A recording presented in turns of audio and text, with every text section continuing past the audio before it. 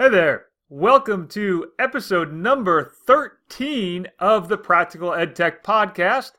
In this episode, we're going to talk about some news and notes from the world of EdTech, including some really cool things that came out from Microsoft this week.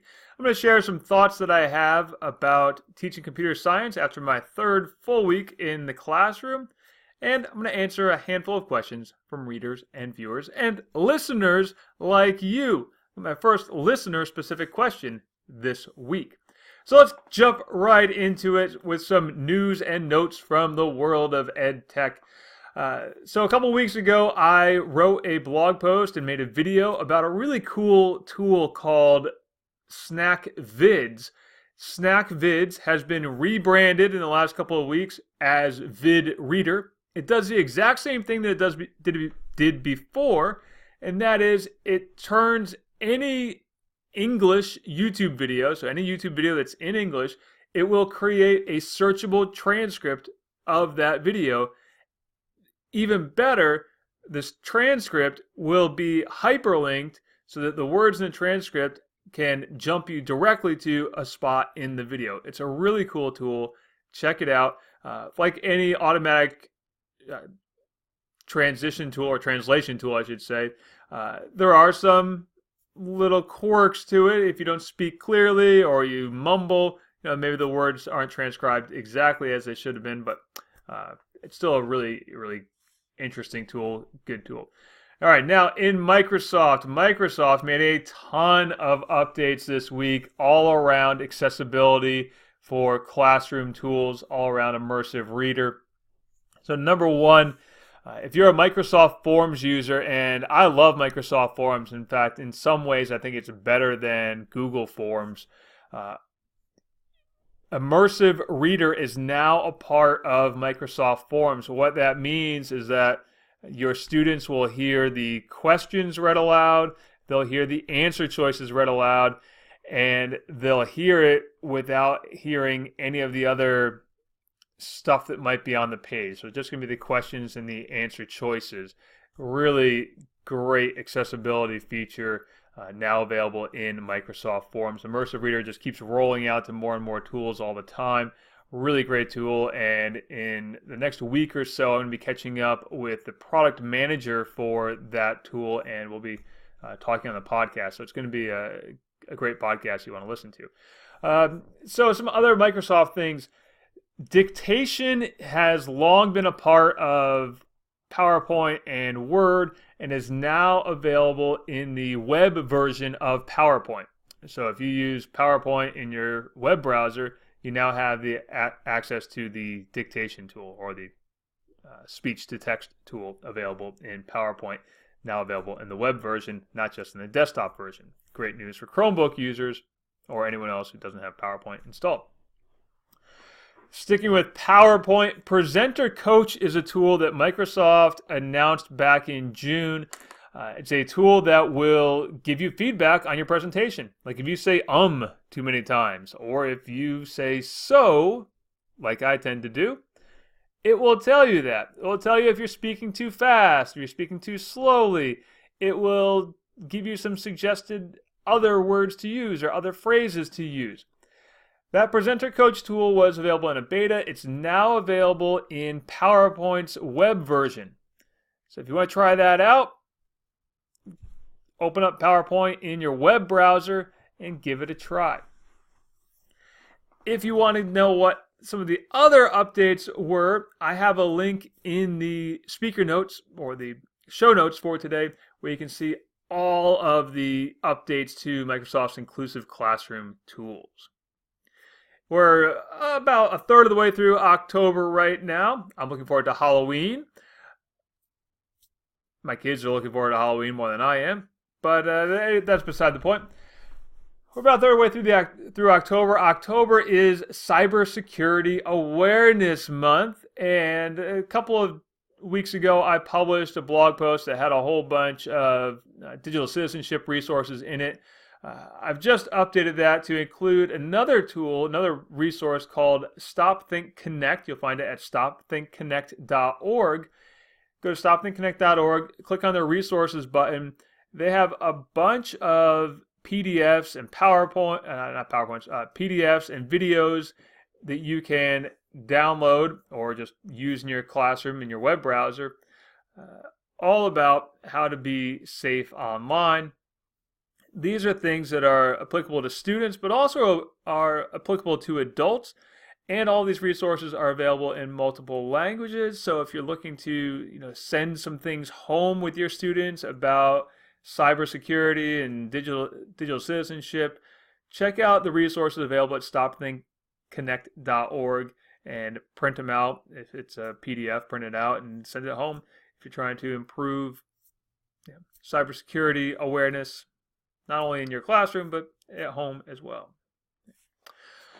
Eric Kurtz has a fantastic blog. He's a great person to follow on Twitter. His blog is Control-Alt-Achieve. One of the things that he shared on Twitter this week is a site that I hadn't seen before. It's called EduCandy, educandy.com. And it's a free tool that you can use to create simple little review games like hangman style games, bingo games, little quiz games. It's automatic. These games are automatically created once you provide a vocabulary list or a list of questions. It will make the game for you. Kind of like some of the tools that Flippity provides, but a little bit slicker and without the use of a spreadsheet. So check that out, educandy.com. And while you're at it, also check out Eric's blog, Control-Alt-Achieve. He has some great resources, particularly around interesting ways to use Google products in your classroom. And speaking of interesting ways to use Google products in your classroom, over on my blog, edtechfitness.com, this week I shared 5 interesting ways to use Google Slides in your classroom that don't include just making a presentation.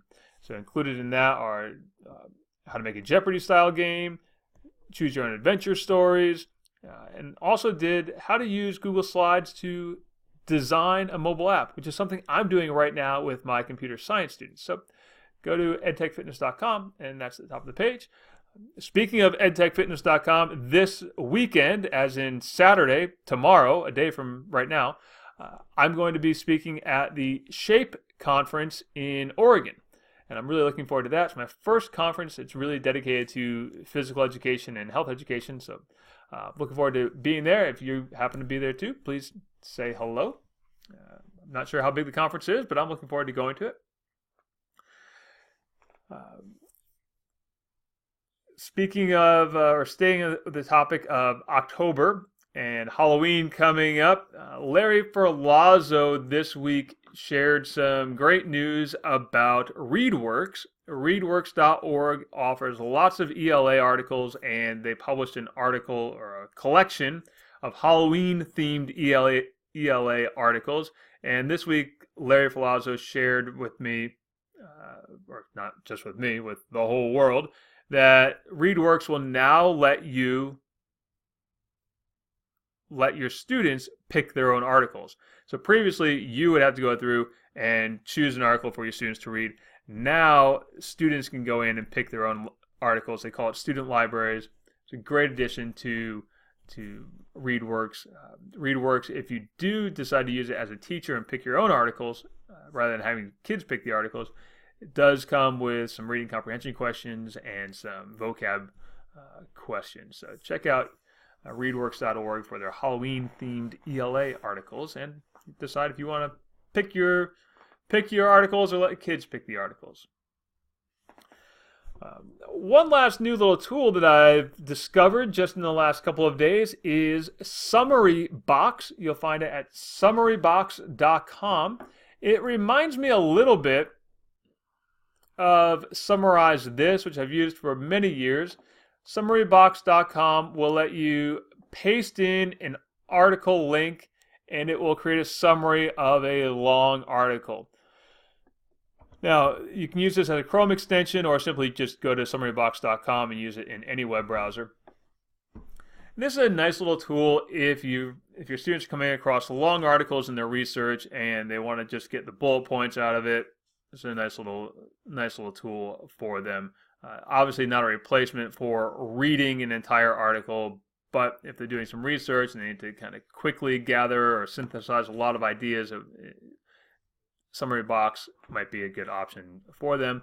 Likewise, SummarizeThis.com does a very similar thing. I've used SummarizeThis.com for many, many years with a lot of different students.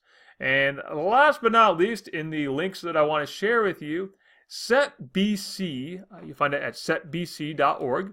If you're watching the video version of this podcast, you'll see me bring it up on the screen here. I gave the keynote at their big conference in Vancouver back in February, and they were kind enough to put up the video of that. In fact, they broke it out into 4 parts. It was a particularly long keynote. It was about an hour and 45 minutes that they wanted me to do, which is about twice as long as a typical keynote that I give.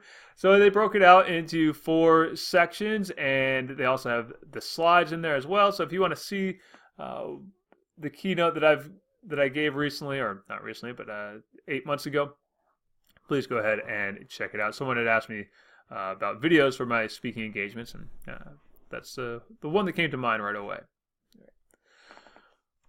So, a few thoughts about my 3rd week of teaching computer science. One of the things that I've found is really great about teaching computer science is that when the tech doesn't work, that actually becomes the lesson for the day. I think like anyone who's teaching a new course for the first time, or a new to them course for the first time, like I am, I've never taught computer science before. I went into it a little bit apprehensive in many ways. I was excited in many ways, but also apprehensive about just knowing everything. And you can't know everything. And I knew that, but still you want to try to know everything. And so I had a lesson this week that didn't go as planned because there were some computer problems that I didn't account for or didn't anticipate. And so that actually became a lesson for the day. So that's a great thing. Great thing about teaching computer science is when the tech doesn't work, it just becomes a lesson for the day. No one has asked me, are we doing anything fun today? In 3 weeks, I've never had anyone ask me, are we doing anything fun today? When I taught social studies, I seem to get that question all the time. Don't get that question at all anymore. Probably that's the nature of the course and the nature of it being an elective. But yeah, I've never been asked in the last 3 weeks, are we doing anything fun today? On that note, I'm still struggling with how to give my students a grade. We're coming up to the end of the quarter pretty quickly. It's really quickly for me because I wasn't there for the first half of it. And so I'm struggling with how to give my students a grade in the grade book. The assessment piece is easy. I can see what they know, what they don't know through the hands-on activities. And really this course is designed to get kids to just do things, right? And make things. But the school says you have to grade. So got to give a grade. So I'm struggling with the grading on that part. I don't have an answer for it. If you teach computer science, please let me know. I mean, I can do vocab things, that sort of stuff. But really trying to give a grade has become kind of tricky for me so far.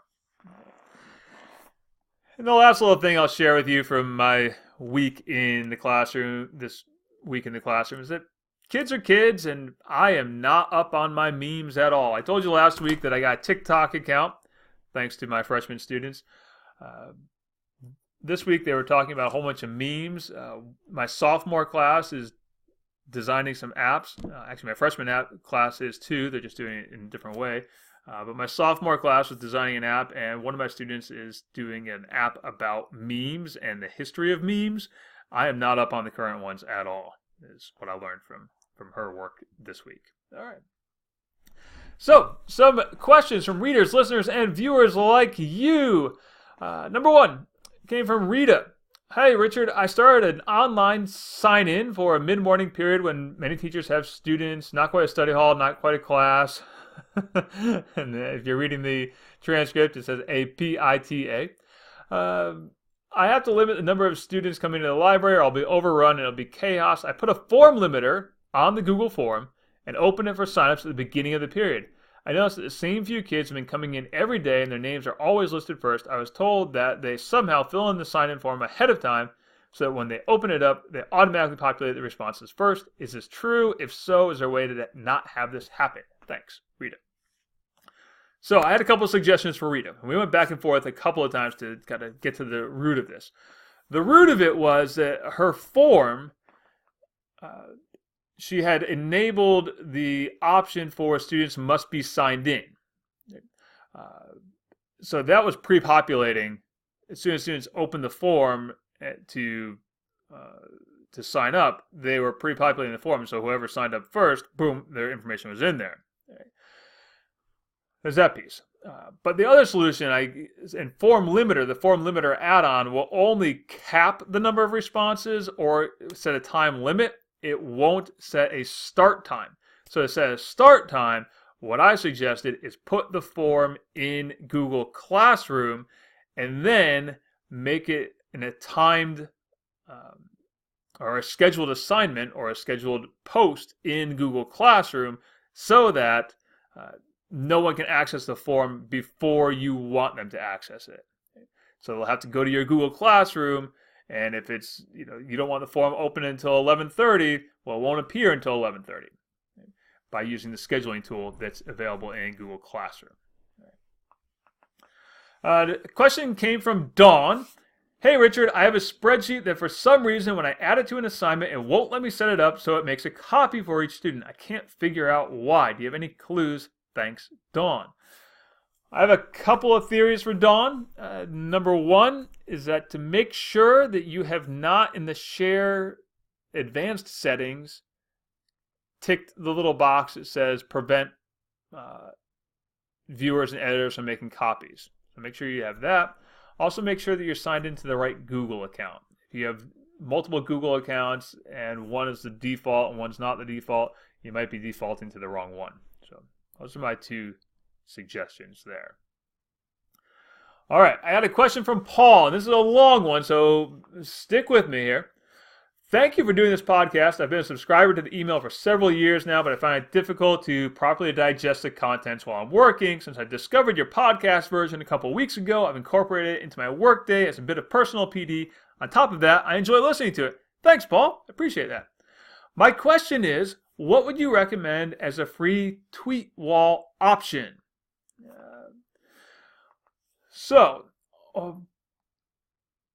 There's a lot of paid services for this, and depending on how you want to use it, a paid service may or may not be worth the cost. They're all kind of pricey, actually. I think the cheapest one that I found in my Google search was about $40 per use, so it's not really cost effective for a school. So what I would recommend doing is creating a Hootsuite account or a TweetDeck account, either one, and then displaying just one column. You can restrict it to display just one column and make that column be a particular hashtag that you have set. The hashtag for your event, the hashtag for your class. Just display that one column in either Hootsuite or TweetDeck. Do that. All right. So Scott sent me a question. Big fan of your blog and have used much of what you post about. I too am one-to-one laptops, use tech exclusively. One thing I struggle with is a user-friendly newspaper magazine creator that kids can build throughout the school year. We're a Google Docs school and using Pages is cumbersome with the saving, uploading, downloading, etc. Any ideas?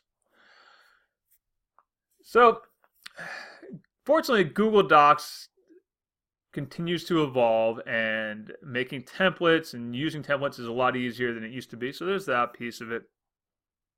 I used to recommend LucidPress, but it's become a little bit cost prohibitive for most schools. But you can check out LucidPress. I used to describe, I still do describe LucidPress as Apple's Pages meets Google Docs, but it's gotten a little bit pricey. So depending on how much you're going to use it, it might be worth a subscription, might not be worth a subscription. Barring that, I would look at Canva, C-A-N-V-A, canva.com. It has a lot of great templates for that. And the last question came from Julie, who says, now that you're teaching computer science, I have a computer science question for you. My principal has asked me to explore making a makerspace in our library. I've been doing some research on this, and everyone seems to indicate that it should have a 3D printer. My questions for you are, is this appropriate for elementary school? Have you seen any makerspaces that don't have 3D printers? So, the answer to that is yes and yes. The short version is yes. I have seen plenty of elementary schools that have 3D printers. Is it essential? No. It's not essential for an elementary school makerspace to have a 3D printer. The elementary schools that I've seen that have 3D printers in their makerspaces, there's been a lot of, I'll say, hand-holding, a lot of hands-on time from the teacher or the librarian or whoever's in charge of that space, really walking students through not only the design process, but also the process of just actually using the 3D printer.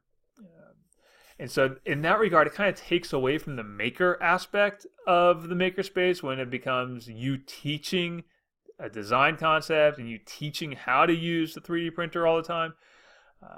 I think really the idea of a makerspace is more for students to tinker and explore with less guidance from you. So in that regard, yeah, you can make a makerspace that doesn't have a 3D printer.